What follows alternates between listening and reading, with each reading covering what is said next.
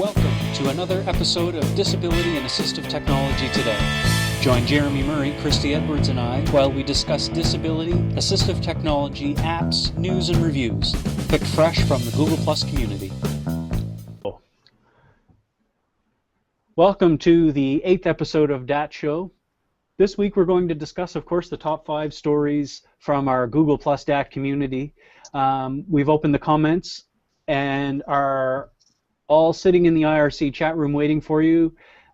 If you'd like to know how to get to the IRC chat, you can go to datt.tv and follow the quick link, or you can participate in the live window right there on the datt.tv website. So feel free to participate. This week we've got Jeremy Murray and plus Christy Edwards, or K Edwards, and we're going to, of course, as we always do, talk about the top 5 stories from the blog. And we've got one. The last story is one of interest for Jeremy and I particularly. So looking forward to the show. Let's kick it off. I guess I'm the first story, Jeremy. Yes. All right. Well, as we know, iOS 8 was delivered to developers last week, and I have to say, as someone who works in assistive technology, I wasn't very happy in the beginning, but as I continue to investigate the finer points of what it is that Apple has in store for the next iOS, I have to say I've changed my mind. I'm quite happy with it, and I'm looking forward to seeing how things develop. Unfortunately, I don't have a developer's account, so I can't comment specifically on any of the features, but I can talk about what people post on our community, which leads me to the first story here, and that is that iOS 8 is going to be supporting third-party keyboards. And this story was brought to us by Jeff Kang from our Google Plus community. And I think this is really cool because one of the things that I've always admired about the Android phone is the swipe keyboard, where you can sort of draw your finger across the keyboard in a specific design, and it will spell out words for you. It certainly saves on keystrokes on the iPhone, and it will on the iPad as well, more particularly on the iPhone. But for folks who have issues with mobility, the swipe keyboard on the Android has always been a favorite. So aside from that, there are all kinds of other keyboards that are going to be available for, for argument's sake, Emojicon keyboards. I know there's one available now in iOS, but there'll be a lot more once this becomes available. And I think that you're going to see a whole new host of keyboards come out that will be accessible and hopefully fun.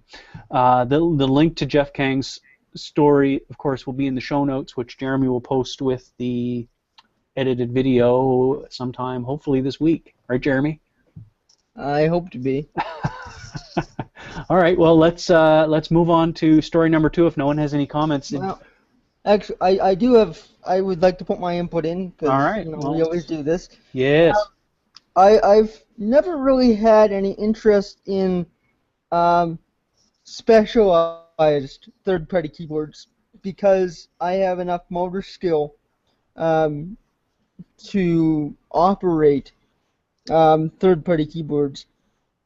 But after the latest installment of iOS and the introduction to the black keyboard for the iOS devices, I've found myself wishing that third-party keyboard was available for everything without jailbreaking my iOS product. And I feel like that this new version of iOS will just allow that freedom. The reason I like the black keyboard was because it's a lot greater contrast and was a lot easier to see. Because the rest of your screen's white, it makes the keyboard a little harder to see when your keyboard's white as well. Yeah, that was on the jailbreak, right? Yes, but it's within the iPad without jailbreaking. You just can't use it everywhere all the time without jailbreaking. Right, because there is a dark keyboard. I think maybe in iTunes, maybe when you're punching in your password and. I know that it's there when you swipe down on your screen to search the stuff that's on your iPad. You get a black keyboard instead of a white keyboard. Right. Which is a wonderful keyboard. And if you jailbreak it, you can download that keyboard and use it all the time, but It's not called really all the Blurst. time. Is it called Blurst or something, or I believe it's called Blord. Blord? Right. Yeah, that was very good. I didn't find. I found though when we tested that it worked in lots of places, but there were still some apps that it didn't actually work in. But the premise is there that you liked it, and it would be great for people who are visually impaired as well, who have struggled with contrast issues. So, like I said, there's going to be a whole host of these third-party keyboards that I think will change the way people use their mobile devices. I'll be glad to see the innovation that we typically have not seen from Google, or not Google, Apple. Sorry. Yeah, yeah. I think that it's a proof from the jailbreak community that Apple is listening, because this Blord was a very popular download on the Cydia App Store. So Yeah. they're listening. I think it's just a matter of us speaking loud enough. For the billionaires to hear us. Yes. Maybe we should put that idea out there and we be the billionaires. Yeah, I know, right? Christy, do you use any third-party keyboards on your phone? No. You don't use the swipe keyboard, the one where you can... No, I don't use swipe or QWERTY or well, I use QWERTY keyboard, but not swipe or anything like that. Mm-hmm. Back in the old days, we used to use T9. I hate T9. And we liked it. Oh. We'll move beyond that. So your story number 2, I believe, Jeremy.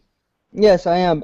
Story number 2 this week was a story about MIT. Yes, yet again, MIT advancing in assistive technology and life with a disability. Scientists from MIT have found a way to create a robotically controlled wheelchair that can navigate itself with voice. So you can say, go to the kitchen, and it can be mapped out so it knows where the kitchen is, so it can take people like elderly or people that have very little motor skill to a kitchen or to the living room or wherever, so it gives them freedom to be able to go places that they would typically have to have somebody take them to. I believe right now it's being tested in an old folks home in Boston, and it's a pretty cool technology. Basically what it does is you say you want to take it on a tour, and it'll follow the person who says that and kind of get a map of the area. So you would take it all around the building or all around your home or whatever, and it kind of gets a visual 3D map look of what the building would be, so it can drive itself around with the individual's voice telling it to take it to whatever place. But that being said, some things change quite frequently when you're in homes, like where furniture is or whatever. So if the map does change, the individual can say, the wheelchair can then notice that there's an object and be able to maneuver itself around it intelligently. Also, if the spot you want to go to is not labeled on the map with a specific name, you can tell it to go to specific landmarks, like follow the rail and then turn left, or follow the wall and then go through the corridor on your right, and it will obey those what's the word I'm looking for? Commands or orders, which I thought was pretty cool, and for many different situations. The question that I have is, did you read anything about any types of interface with AAC equipment, AAC software? Yes, there is AAC, a component to it. For people that need like heavy duty AAC, they install basically a laptop onto it's like the Toby setup, except it's like more like Stephen Hawking style.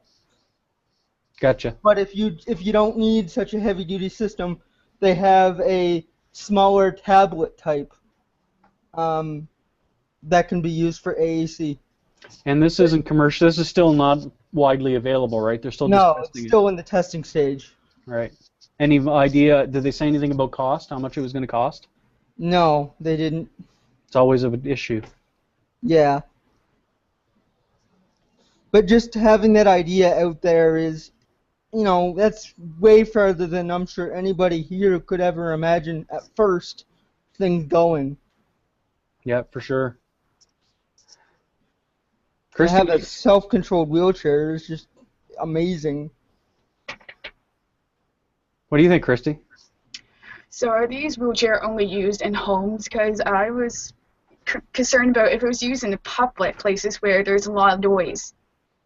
Right now, or other people. the only purpose would be homes. But keep in mind, it's just a prototype. It's not being released to the public yet. By the time this gets released to the public, there will be, I'm sure, a way to use it in public spaces. Right. Like a Bluetooth headset or something like that. Yeah. You know, it'd be really cool if you could get this type of technology into a car. And you remember those cars way back, if you look way back in the beginning of the posting from the community, there was that yellow car in the back opened up, and you could drive the wheelchair into it, and then you drive it from the wheelchair. Kangaroo cars, I believe. Yeah, if you could incorporate this technology into that, you could use it in, once the technology's developed, they could probably use it for cars. I'm sure someday that will be the case. Take me to the grocery store. Actually, I think there is something going on in production about a car that can be driven without using the steering wheel. You can actually command the car to drive. Yeah, Google's doing that. Yeah. I should also mention that this story was brought to us by Jeff Kang. Man, Jeff, you're hot on fire today. Sorry, not Jeff Kang. 100 wheelchair. My bad. Giving all the credit to Jeff, eh? Yeah, well, there is another story from Jeff Kang. Well, It's actually the next story. Yes, in fact, it's your next story. Yes. Just let me grab the title because I can't remember what it's actually entitled. WearScript. That's the Myo Pebble magnets. Yes. Yeah. So this story I thought was unique because it was a hackathon involving pretty much all the smart technology we've been talking about lately, with like the Myo smart wristband and the Pebble smartwatch, which has been all the rage lately. Not so much the Pebble, but the Myo. I love the Myo. So basically what this was a video of these MIT students who were given the Myo and Pebbles to find ways to be innovative and find different ways of using them. And they came up with a few different ideas, like attraction level, like being able to measure attraction levels, which was kind of weird. But they also came up with a few home animation uses for like the Pebble and the Myo together to be able to control a person's home, which I felt what would be unique and great for this community, as we all have some relation to disabilities, and being able to control things just by moving slightly is always a great advantage. Yeah, I agree. I mean, this is the type of technology that this community was, started for. This type of combining of multiple technologies. I think that the open source community really appeals to our community because you can customize and hack things together, and this hackathon is amazing, and this combination of technology it's exactly where I envision things going, and I'm sure you too, Jeremy. Yeah, me as well. There was also, if I'm not mistaken, there were a few other things they did in this hackathon. One was for the visually impaired. Using Google Glass, they could measure the distance from like walls. Mm-hmm. So visually impaired people could get around Yeah. A lot easier. And one of the participants was actually visually impaired. I believe he was, I don't want to get this wrong, so I'm not going to go into too specific, but he was visually impaired.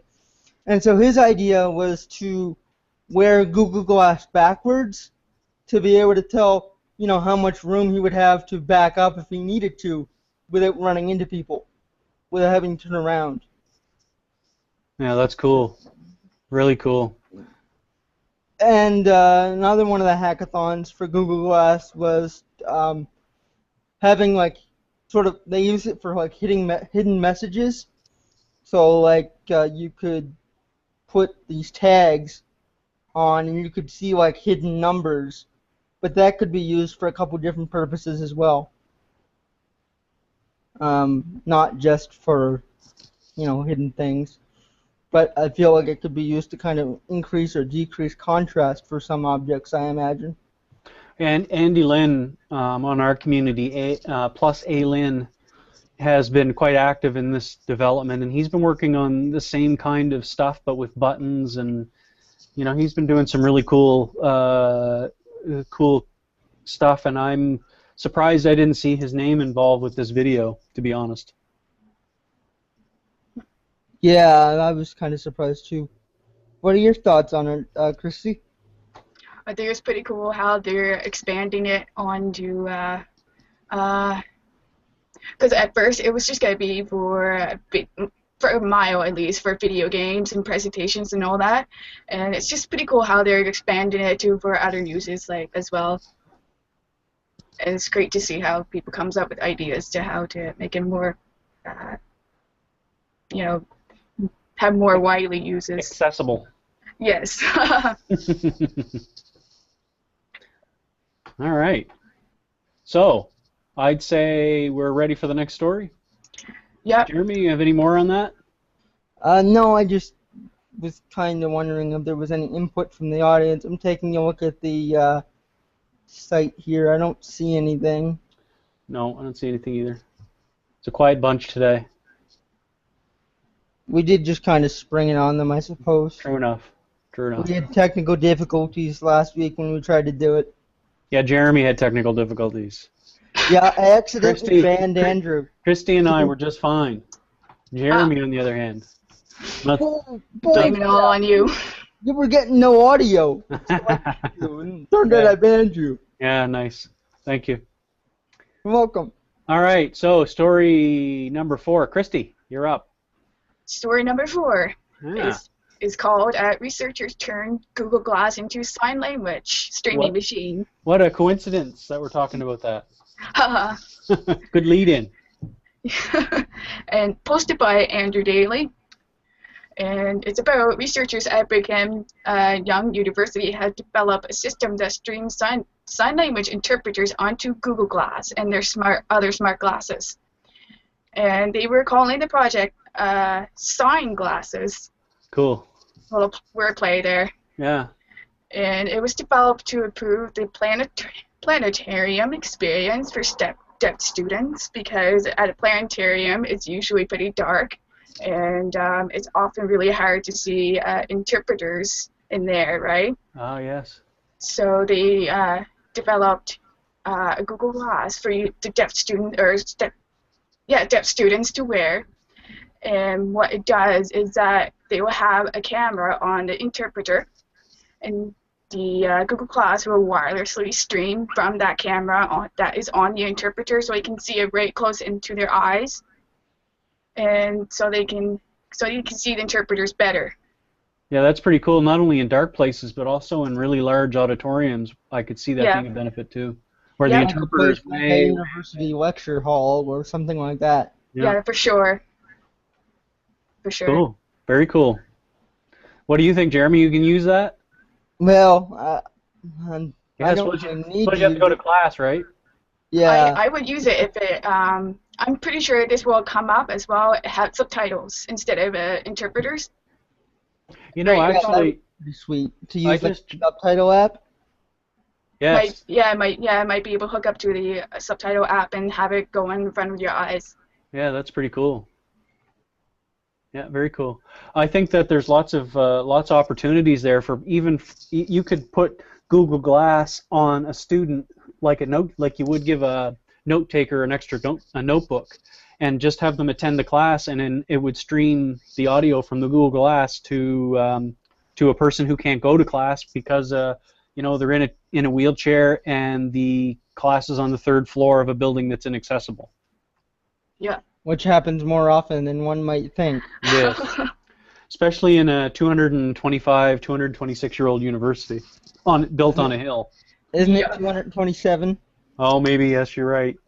Has it been that long since the 225th? Wow. Yeah. It's old. 225th was my first year. Oh, well. And then I think we're doing okay. Yeah. We've definitely made some improvements. Mm-hmm. Of course, it helps to have vocal people. Yes, often. So, any more on that, Christy? 5. What's that? Which, of course, leads into story number 5. Oh, does it? Yeah, local people. Yeah, local people. Nice intro there.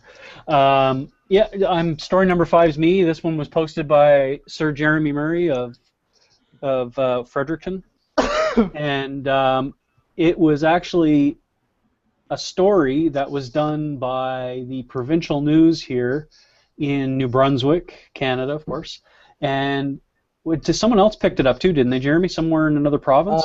Some more CBCs. PEI picked it up, and I believe Nova Scotia, but I'm not too sure on that. So in Canada, the provinces, Nova Scotia, New Brunswick, PEI, Newfoundland, Labrador, are all considered the Maritimes. So we'll say that CBC, which is the Canadian Public Broadcasting System, did a story on Jeremy, focused on Jeremy, about our activities here on this community, because we have so many members and we're doing this weekly, semi-weekly, weekly, I don't know what we call it. Bi-weekly. Tri-weekly.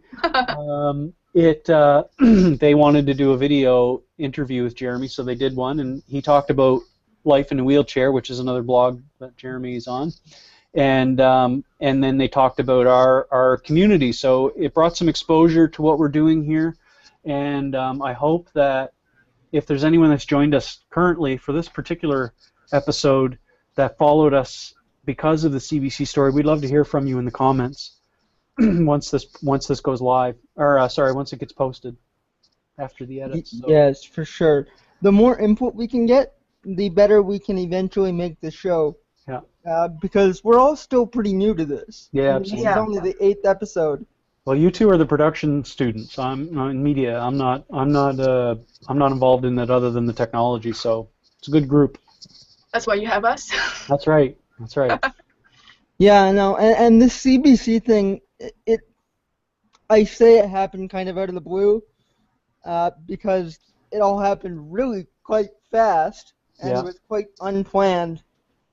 I'm just glad that more awareness is being raised about life with a disability and trying to change the perception. Because as I've said for years, perception is a big part of dealing with life with a disability. I shouldn't say dealing, living a life with a disability. There you go. If people perceive you as not being able to do something, then they're not going to give you the opportunity to try. That's right. Whereas if they don't have that perception, they're more likely to let you attempt something, even if they feel you might fail. And it's better to try and fail than to not try at all.